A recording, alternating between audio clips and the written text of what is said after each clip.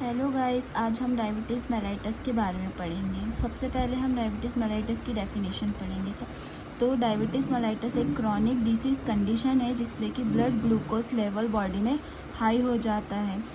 ये हाई क्यों हो जाता है? क्योंकि जो insulin producing pancreatic beta cells है वो डिस्ट्रॉय हो जाती है, जिससे कि इंसुलिन का प्रोडक्शन है बॉडी में वो लेस हो जाता है और बहुत ही कम अमाउंट में इंसुलिन का प्रोडक्शन होता है, जिससे कि डायबिटीज़ मेलाइटस होती है। ये थी डेफिनेशन डायबिटीज़ मेलाइटस की। अब डायबिटीज़ मेलाइटस की टाइप क्या क्या होते हैं?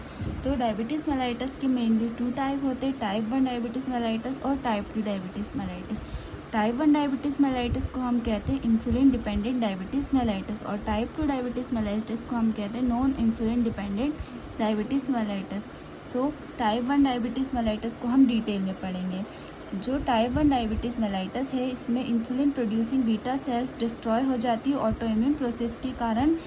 फिर उसमें क्या होता है, इंसुलिन जो है ना, पैंक्रियाज इंसुलिन का प्रोडक्शन करना बंद कर देती है और बहुत ही कम अमाउंट में इंसुलिन का प्रोडक्शन होता है। इसमें जो पर्सन को या इंडिविजुअल को फिर इंसुलिन के इंजेक्शन लेने पड़ते हैं टाइप 1 डायबिटीज़ मेलाइटस में, ठीक है। और टाइप 2 डायबिटीज़ मेलाइटस में क्या होता है? टाइप 2 डायबिटीज़ मेलाइटस में पर्सन्स को रोज़ इंसुलिन लेने की ज़रूरत नहीं पड़ती है।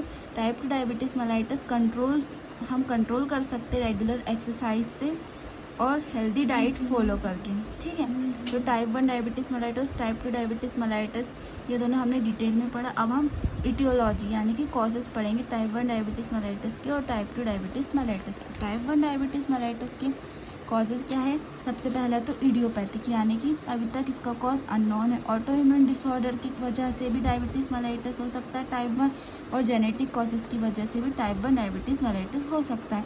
टाइप 2 डायबिटीज़ मेलाइटस की कॉजेज़ क्या है?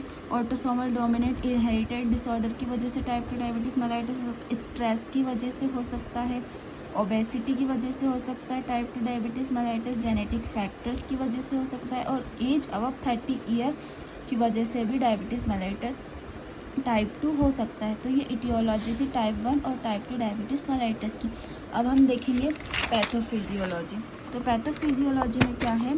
जो इटियोलॉजी है, due to aetiology decrease osmotic pressure, osmotic pressure decrease हो जाता है बॉडी में, तो उसकी वजह से क्या होता है? Increase movement of fluid from intracellular space to extracellular. जो फ्लूइड का मूवमेंट है वो इंक्रीज हो जाता है इंट्रासेलुलर स्पेस से एक्स्ट्रासेलुलर स्पेस में, तो उसकी वजह से क्या होता है? हाइपरग्लाइसीमिया, यानी कि बॉडी में ग्लूकोज का लेवल बढ़ जाता है। फिर उसकी वजह से होता है पॉलीयूरिया, मतलब फ्रिक्वेंट यूरिनेशन, और पॉलीडिप्सिया हो जाता है। ये रही पैथोफिजियोलॉजी ऑफ डायबिटीज़ मेलाइटस, ठीक है। अब हम पढ़ेंगे क्लिनिकल मैनिफेस्टेशन।